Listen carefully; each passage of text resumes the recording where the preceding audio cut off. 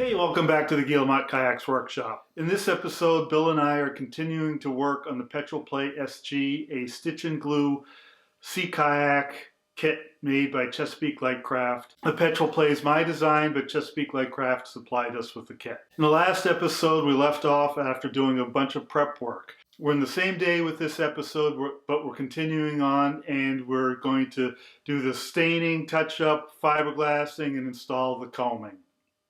So let's get right to it. So we have the Skeg control slot over here. If you remember when I installed it, I drilled a hole in here.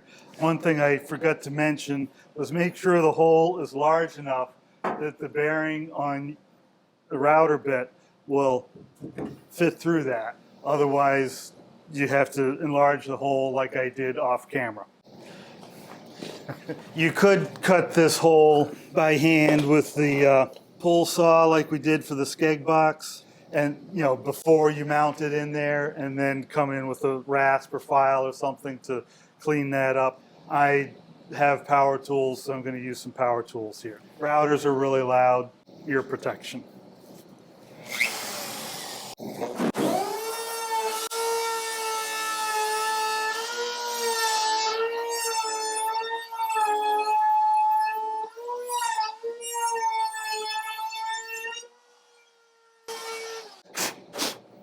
Should have vacuumed after that. Yeah, no, that's a good point. All right, so we've got that hole made. We can clean up this edge a little bit. I notice I have some pencil marks here from marking where that Skeg box is supposed to be. I'll erase those. Where the tube comes in, it made the router jump out a little bit here, not in a bad way. Yeah, pretty straightforward. So the next thing we're going to do is touch up the stain. Again, my high-tech paintbrush is just a little Q-tip. And remember that, for example, down here, it's scuffed up and looks gray because we've sanded the fiberglass and epoxy. There's still plenty of stain there. It's below the fiberglass and epoxy, so we don't need to try and make this light area where we've scuffed it up look dark by staining it. The only place we need to apply the stain is right where the stain has been taken off in our rounding over process. So I'll make sure we get the same stain here, medium brown mahogany. Sounds good. Keep it nice and wet and just right down on that unstained bit. And we'll take and rub off the excess there. So we're going to do all of these edges here.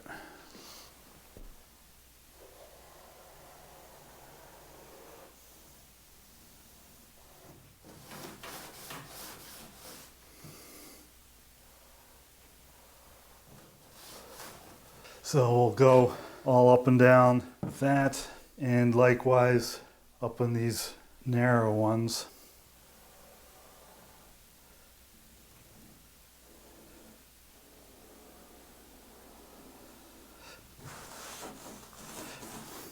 And that looks a little bit lighter, but chances are once we get the fiberglass and epoxy on there, that will darken up and be a good match.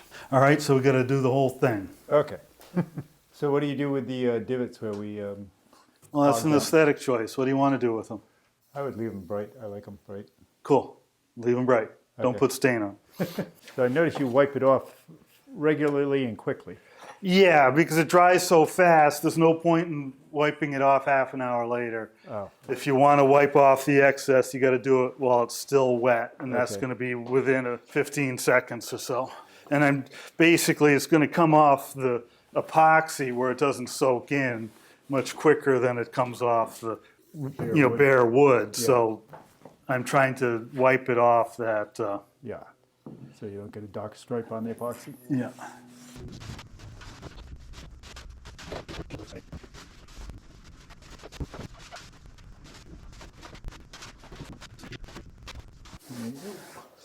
All right. Any other spots? Okay, yours that way too. They just come out that way. All right. Yeah, right. Like I said, they might look a little light to begin with, but Yeah. chances are they'll darken up and look perfect once you get the epoxy on it. Liter in. So back here on the stern, most of this stuff, we got a really nice crisp line along that chine. Up here, where we're coming and rolling over onto the hull, we have a pretty nice straight line there. Instead of trying to blend this down to that edge, we'll just leave that as is and call it a feature. All right, so we're almost ready to glass here. What I want to do is contain my messes. So I want to basically keep epoxy from just draining down the side of the boat here. To do that, I'm going to take a strip of blue tape, and this is approximately 2 inch wide. I want this strip of blue tape about 2 inches below the top edge of the boat. So about the tape width. And we're going to try and lay this down. Nice, smooth, continuous thing, about 2 inches down.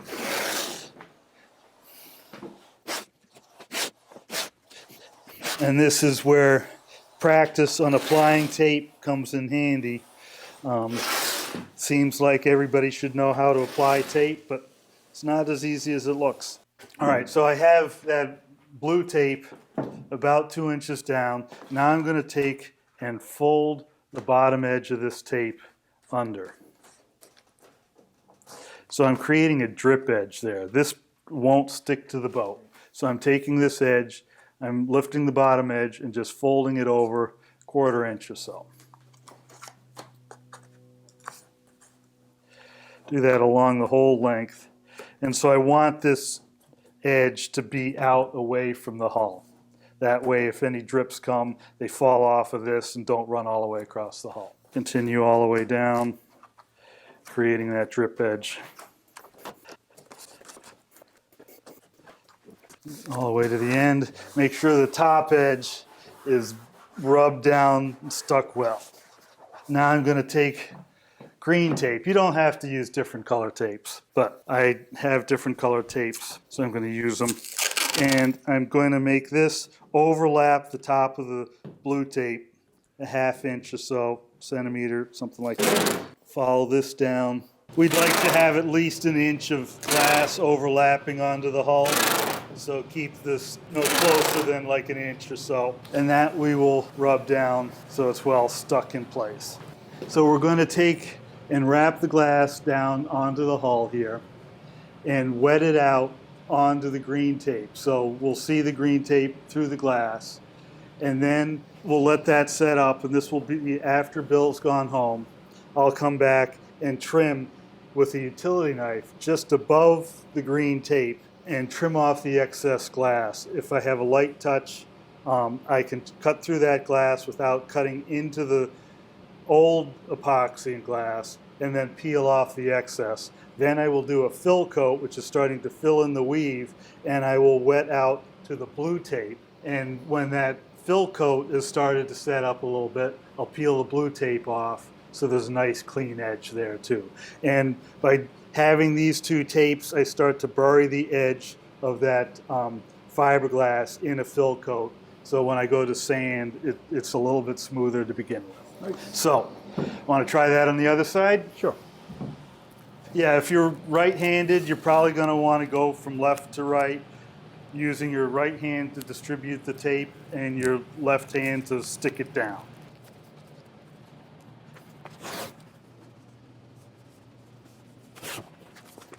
While Bill's doing that, I'm just going to put some rosin paper inside the boat under the hatches, just in case we drip epoxy off the hatches and off the cockpit, just to keep the messes in check.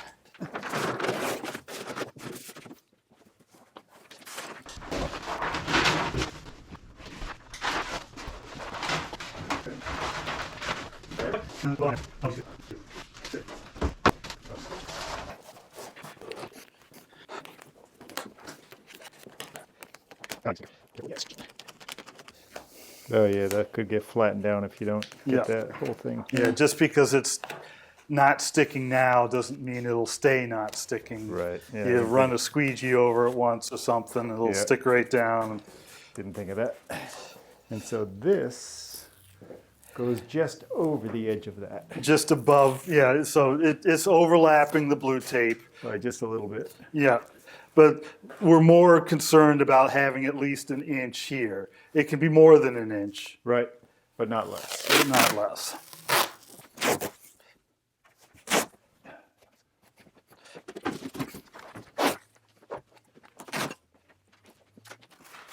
Okay, I think we were ready to glass. We took a little break just to get some water and some sustenance in us, because once you sort of get to the fiberglass and epoxy, you kind of got to continue until you're done. So preparing yourself mentally and physically, good idea.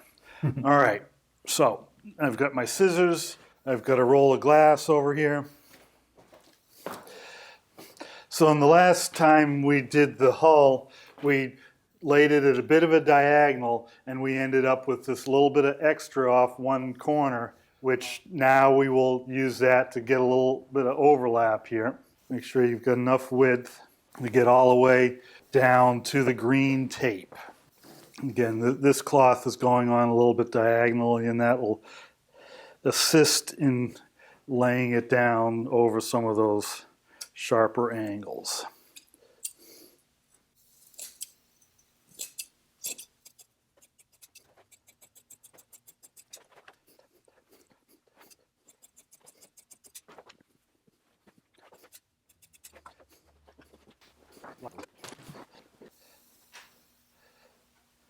Laying down as smoothly as we can, and we'll trim off the excess here down as far as the blue tape. You don't need to have it go beyond that much. Do you need those extra heavy shears to cut this, or? No, regular scissors will cut fiberglass. They need to be sharp. Yeah, they need to be well adjusted. So good quality, but not necessarily. Right. of You know, that. your regular Fiskars or whatever scissors will probably do fine. You probably don't want to use your spouse's fine fabric scissors, because fiberglass will really dull them. Yeah. Right. So we're going to use a roller tray and a roller again, a little bit of brush action, a little bit of squeegee action, and we will start around the cockpit. There's quite a bit of contour going on here in the cockpit area, and we want to get the glass to lay down on that, come up over the lip here and down. So we want to saturate the cloth all the way down to the green tape. Okay. We don't need to saturate beyond the green tape. Just to the green tape. Just to the green tape, and so onto the green tape. So A little bit. You see the green tape showing brightly through, Okay. instead of seeing the green tape through the white. Right. We want to see a nice green line. Okay. So again, I'm not making a huge batch. I've got 3/4 of an inch down here. And I was thinking about, why do I use such a big jug when I'm not filling it up? For that. Well, yeah, part of it is I can just let go of the stirring stick Yeah. and it doesn't fall on the floor. Yeah. Likewise with the brush. I can put a brush in there, and also I can be a little bit lackadaisical with this and not having it spill all over the place. Yeah. Those are just like yogurt containers. Yeah, this is just a yogurt container. It is literally a yogurt container. Even when I buy containers, I buy, fairly large containers, and I never mix them up more than like a quarter of the way up. Because like I was saying the other day with the roller and the tray, I don't know where to put it Yeah. when I'm working. I think the roller and tray works well, but with this, I can, distribute some epoxy here, put the brush in my container, pick up a squeegee it, Yeah. hold the, put the squeegee in my hand, grab the brush, spread some more around. Right. That's your preferred method. That's what I have settled on. Yeah. I'm not sure it's the easiest overall, using the brush to distribute the epoxy. It's a little bit sloppy. It doesn't get it everywhere. The roller's probably a little bit more, provides a more uniform application than the brush does. The roller's probably a little bit more controlled. Yeah. It was easier for me. Yeah, right. Yeah. And, that's what matters. I was just trying to think, why do I do it the way I do? Yeah.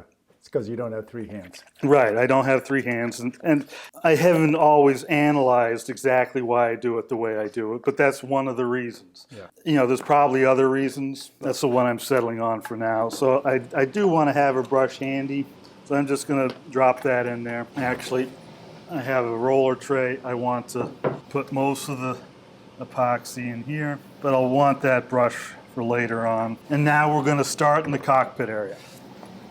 So we don't want to be putting epoxy down into the hole. We want to get it around the hole. Stuff sort of stuck down all the way around. Okay. And then see how far that gets us with the squeegee. So you can squeegee a bit if you feel so inclined. And again, it takes a little while for the epoxy to soak in. I've said this before, and I think Bill's internalized it a bit, but we're just using the roller to get the epoxy, not trying to get the whole thing wet out with the roller. Give the epoxy a little bit of time, see where the dry spots are later, and add more as necessary.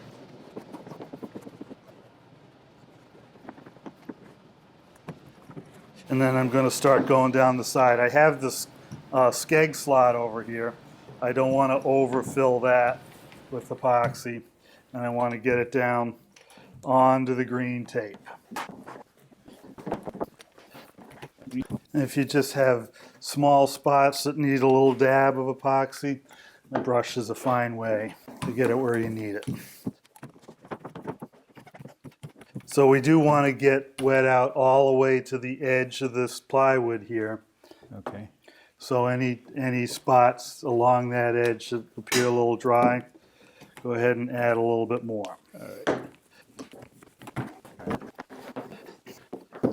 So I've got a little bit of epoxy left here after doing that. So I don't want it sitting in there. I'm just going to start to distribute this around. You need any more over that side, Bill? Probably, yeah, right over here. So back here, I just went, sort of one roll over it with the roller. And now if I hit that with the squeegee, doesn't wet it out completely, but you see it gets most of it. Dab of a brush here, dab of a brush there. So one thing that's a little bit tricky about this combing area is we will get some bridging up in here. We have a hollow section, kind of like the inside of the boat. Oh, yeah. So we just want to be aware of that. Like the inside of the boat, we don't need to make it all perfect right now, but we want to make sure in the end that we don't end up with a bridge there. Okay. I'm going to mix up some more epoxy.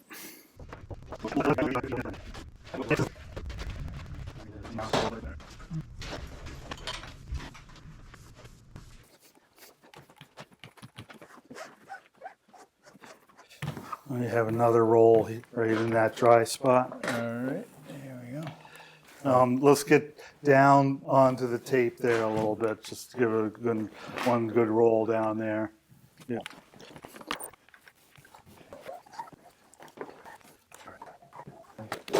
Should I keep spreading it, or?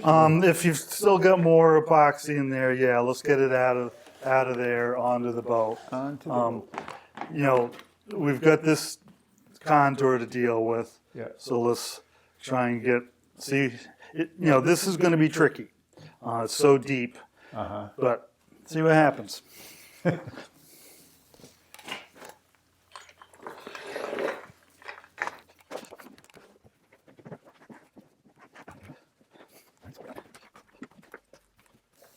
My inclination is want to take my hand and pull the cloth, and I have to stop myself from doing it. Yeah, there's times when that's appropriate, but now's not that time. Right.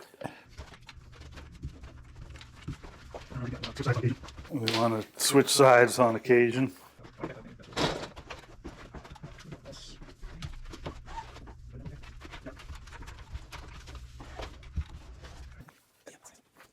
So this, we've got a lot of bridging issues going back and forth. All right, so there's a lot of bridging going on over there. How do you think we should deal with that?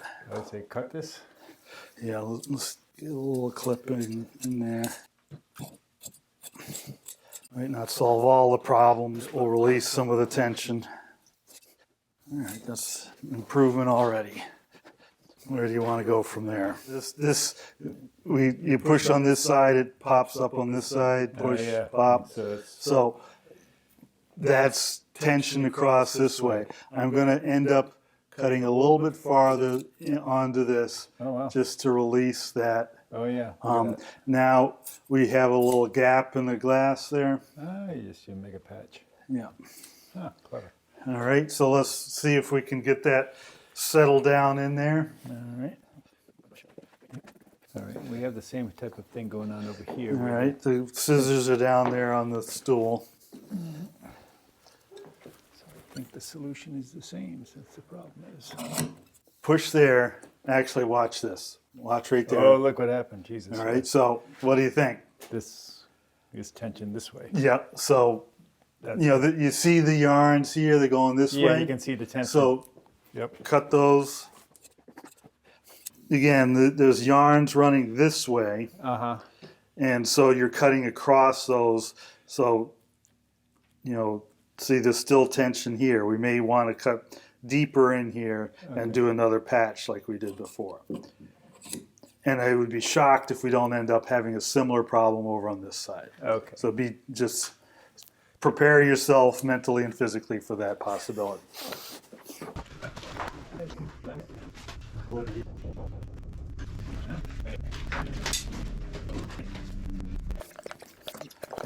Popping up anywhere?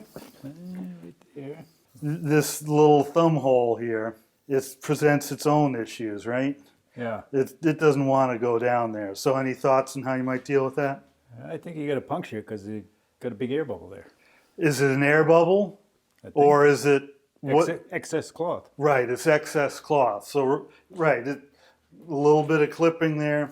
We might just take that whole little semicircle out of there. Okay. And then see if we can nestle this bit down.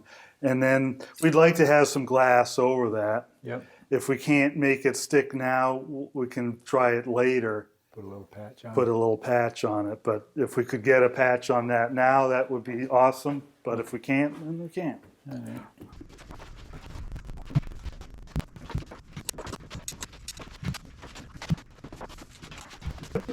Yeah, I think it looks good. Probably going to have similar situation down there for that hatch. Okay. Not quite as drastic, but. So I've forgotten. How long have you got before you have to do the, what do you call it, gunk cupping? Grunge cupping. That's it. Yeah. It depends on the temperature, so it's hard to give you a straight answer. Okay. 20 minutes is easy. And we got a cool shop in here, so we've got a little bit more time. Okay. Clock is always running. It's always running, yeah. Yeah. It's like the tide, waits for no man.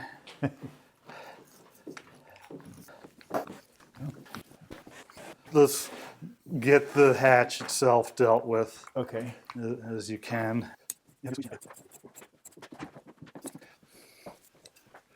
So I have a series of wrinkles here from this hatch area. This just caused some distortion of the cloth. So I'm just going to try and pull those wrinkles down the length of the boat. Get them to fall off the end. All right, so those wrinkles pretty much disappeared.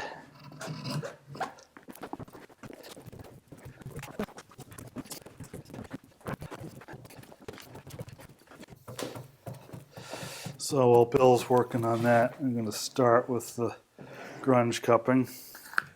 Actually, we've got a little bit of tension. So we have a little bit of bridging happening here. This is quite taut along the back edge here. So I'm just going to take and trim this. One thing you might be able to see is if I pull on this, you can get bridging all the way down here. Look at that, yeah.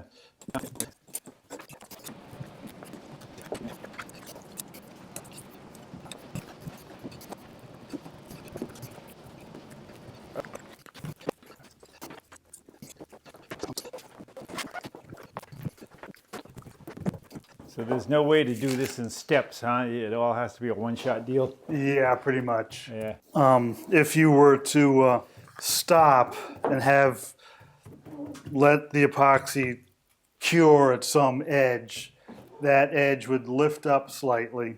And then when you try to put the next layer down, you'd end up with a ridge along that. Oh, okay. And some of the fiberglass along that edge would start to absorb some epoxy, but not enough to saturate it.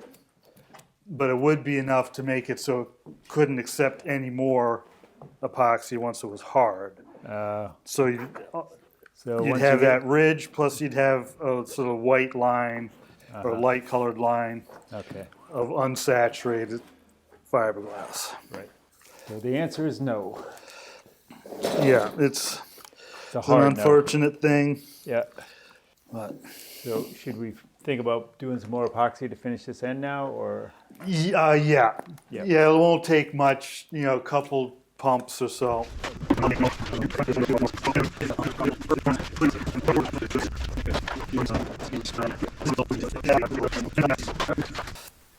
So we've got this Skeg control slot over here.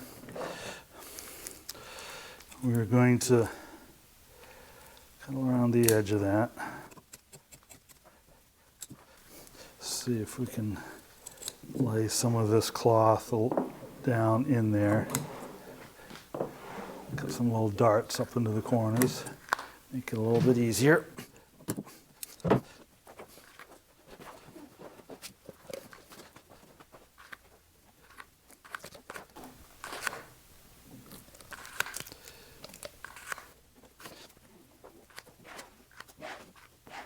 We don't want to get too much epoxy into the stainless steel tubes that are in there.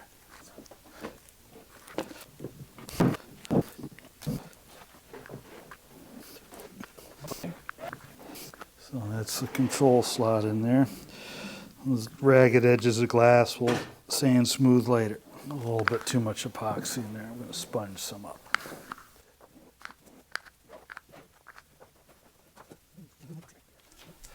Yeah, it's one of the reasons I go to the bridging word as opposed to the bubble word. Right. Because bubble sounds okay, it's too much air in there, so you can just fill it up with epoxy. Right. But that's not a good practice. And you can find, so right now I think we've got some bridging in there. Yeah. Let me just, so I'm just seeing if pulling on this is causing any of that bridging. But I expect it was, from the looks of it, it was pulling this way. Yeah. So it's probably just a matter of feeding A little more cloth back into that. Yep. It's still rising up there a little bit. Let's just see if we trim this closer. It may just be the weight of this cloth pulling it out. Pulling down on it, yeah. I'm not saying this will solve the problem, but it's a theory. Yeah, it does seem to want to go in there a little bit better. There's, again, the radius around here is causing a little bit of a flip up. I think it keeps popping up there. So let's go ahead and tell it not to do that anymore. So you don't really have to be too shy about making those clips. No, You just do what you have to do to make it work. Yeah. We'll want to sand, this extra patch will be a little high spot when we go to finish it. But it'll sand right out. Yeah, that seemed to solve that problem. All right. Oops. That looks great. Yeah, so this vertical wrinkles go out perpendicular. So I'd take this, try and pull this whole bit down this way, Yeah. and maybe down here, and have it fall off this edge. Okay. That looked like it did something. It does, yeah. All right, that looks great.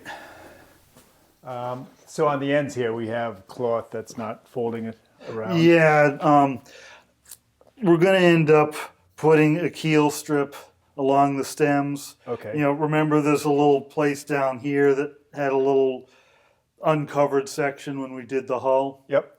So, you know, we could try to wrap this around, but there's really not enough stuff there to make it happen. Okay. Likewise at this end, you know, we could trim this a little bit closer just to let it wrap as much as it can, but then we will come and put a strip of bias cut cloth from the keel all the way up, Yep. wrapping around there and cover that end. Okay. Yeah. Do we want to dab this out? This is still a little bit. Yeah, right. That was a patch I put in that I didn't get around to dabbing out. Yeah, so doing an inspection of the whole thing, looking at it closely is Yeah. always wise. And what about these holes here for the? What do we do with Yeah, the holes for the grab loops, we'll just trim the glass out of there and paint some epoxy in there during doing various fill coats. We don't need Okay. glass in there. Right. Okay, so we don't worry about that now. Yeah. Okay. All right. On the whole, looks great. Let's go ahead and put the combing lip on. Oh, okay. So we have this bit and this bit will go down here. And so I'm going to mix up a little bit of epoxy, thicken it up a bit. We'll paint the top and bottom of this piece, lay it in there and clamp it down. Oh, you clamp it right on, huh? Yeah, we'll clamp it down. So we'll need to make sure that we don't snag cloth with the clamps and, you know, pull tension into things. Oh, yeah, yeah. Okay. So I'm just going to make a bunch of clips around here just so the cloth can fold away. And while we're getting ready for this, anything you can think of from today that is worthy of note? Oh, there was so much today. There was a lot. Yeah, it was a lot. was So a we lot. started out, where did we start out? Just Chicken cleaning cake. up the seams. Cleaning up the seams, yep. So doing a chamfer at beveling it equally between whatever the angle is where the two pieces of wood come together. Yeah. And then trying to make a nice rounded corner that the glass will fold over without tenting at all. Yeah. Being cognizant, if you're using a plane, that the grain of the plywood is going a certain direction and we don't want to tear it. Yeah, I think that pretty much covered those seams. Then we cleaned up some drips and the wires. Using tape. Yeah, with the tape. Yeah, so on the hull we roughed up the top edge of the hull so this glass that's laying down over it had a good mechanical surface to bond to there. And then I think we stained that, you know, I think that we that's right, too, yeah. went to staining and then so I'm just going to put a nice bead on both, you know, nice buildup of epoxy. And Yeah, I so thickened the epoxy a little bit with cellulose powder. We have the epoxy holding the fiberglass down is a bit wet still, so we don't need to be quite as liberal with this on that deck to riser joint, but we still want to make sure this is going to be a waterproof and sealed and strong area. Yeah, this takes a lot of force. It does, yeah. You know, you can end up lifting the whole boat when it's full of water from the combing, You're right. and we want it to be kind of strong enough to do that. So I've just stuck that down, tried to line it up all the way around. Now I'm going to take and butter up the top edge of this. And this whole thing will be wrapped in glass in the end. Right, then we'll wrap it in glass in another operation. Get this lined up. Want to grab a couple clamps from over there? Sure. So I'll put a clamp at the front and the back and just make sure everything's lined up. And remember about the location of the clamps. If we took this clamp and did this, it would fold that edge down. We want to set the clamp so it's on the stack of plywood there.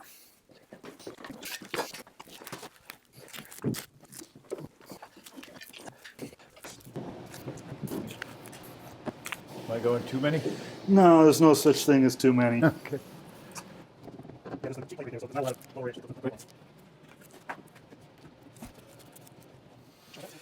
All right, so that was a lot. That was a lot today. Yeah, no, but it looks great. I'd say you're getting the feel of spreading the epoxy and doing the fiberglassing. You know, you did this, and that's a lot going on in the combing recesses. That's a lot going on. And That I think the thought process I had while I was doing this was, if I were doing this by myself and I had to do all those cockpits by myself, I would have to move much faster. Yeah. you know, right now, I don't know the temperature in here. It's 70 something probably. If you had it down at 65, the downside would be the epoxy's thicker. It doesn't saturate the cloth as quickly. Okay. The upside is you have more time. Right. So what I tend to do is I turn the heat on before I come into the shop, and when I start the fiberglassing, I turn it off. Right. So the temperature starts dropping. And that gives you more time. It makes the boat warm, the epoxy warm, Right.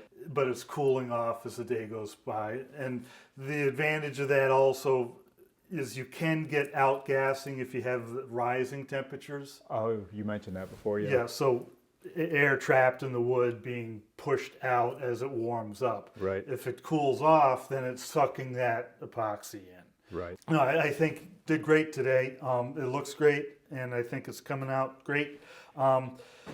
Later today, Bill will go home, but I will do a fill coat on this. I'll trim the glass here, so we'll see that. I'll do an outro now, and then have a little bit of highlight reels at the end of doing the fill coat and trimming of the glass. I really appreciate you guys watching, and if you want to see more of this sort of stuff, there's all the YouTube things. Turn on notifications to let you know when a new video drops. Subscription, just so it's in your subscription feed. Then hit like, share, all that fun stuff. Patreon, I've got a Patreon site if you want to support. That's all great. So until the next episode, thanks for watching and happy paddling. Whew. Yeah. Wow, and you still got more work to do. So Bill's gone for the day. I just want to do the trimming off the glass here and then do a fill coat. So I have a utility knife here with a brand new blade, good and sharp. I'm just going to trim just above the green tape here, and then peel the green tape off, and that should remove the excess glass that I'm trimming off and leave a nice crisp line there.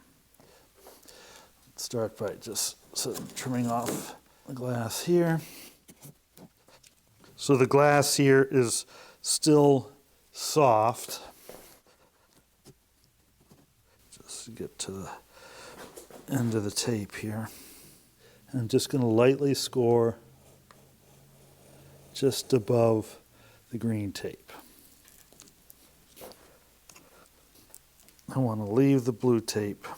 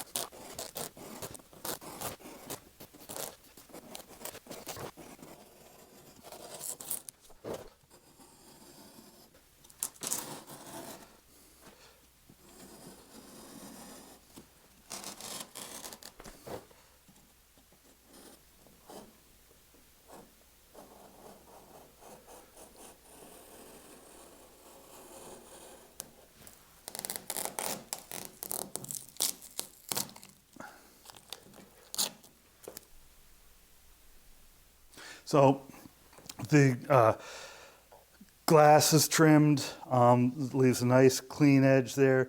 It's worthwhile to inspect things to see if there's any tape left over. You can take a little scraper and remove any tape if there is any tape left behind.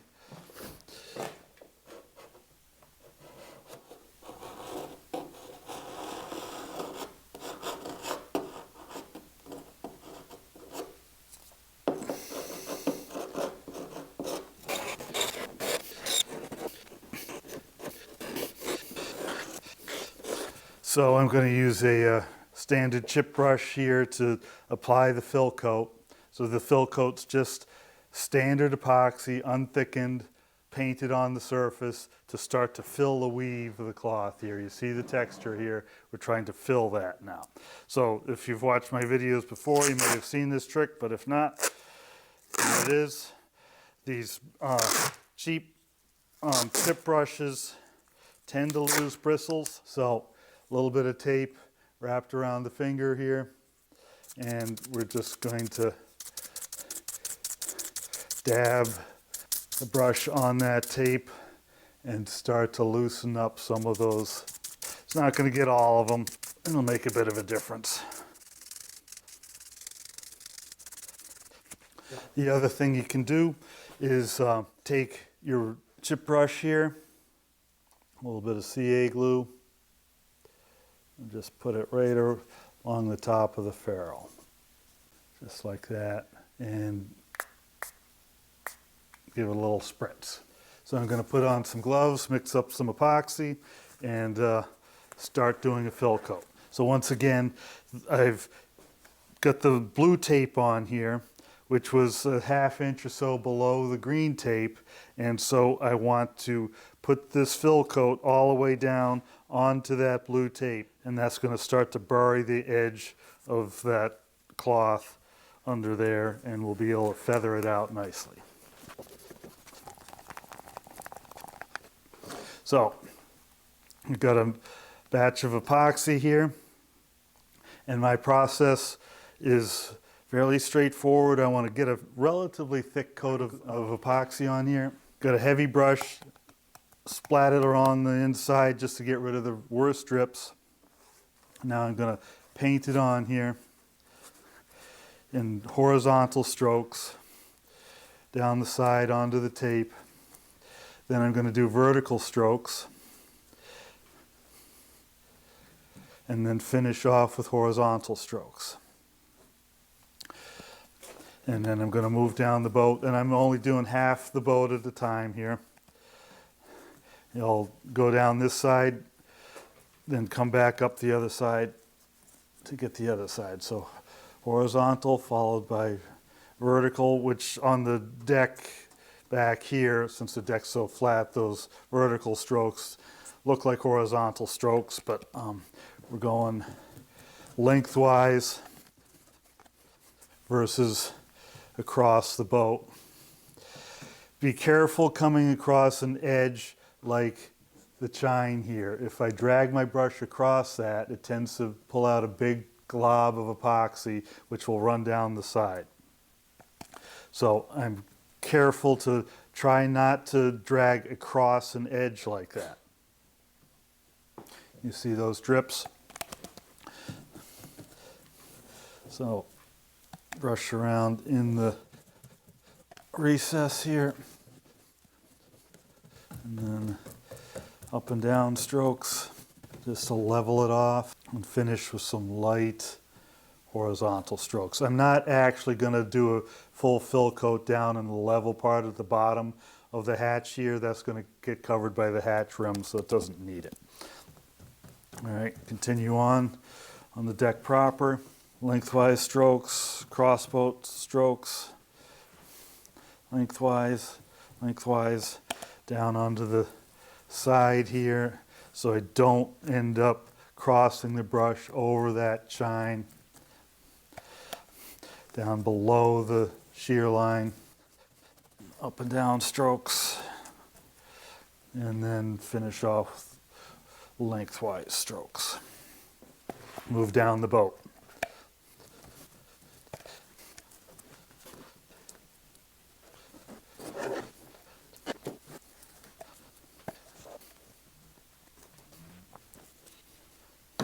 mix up some more epoxy.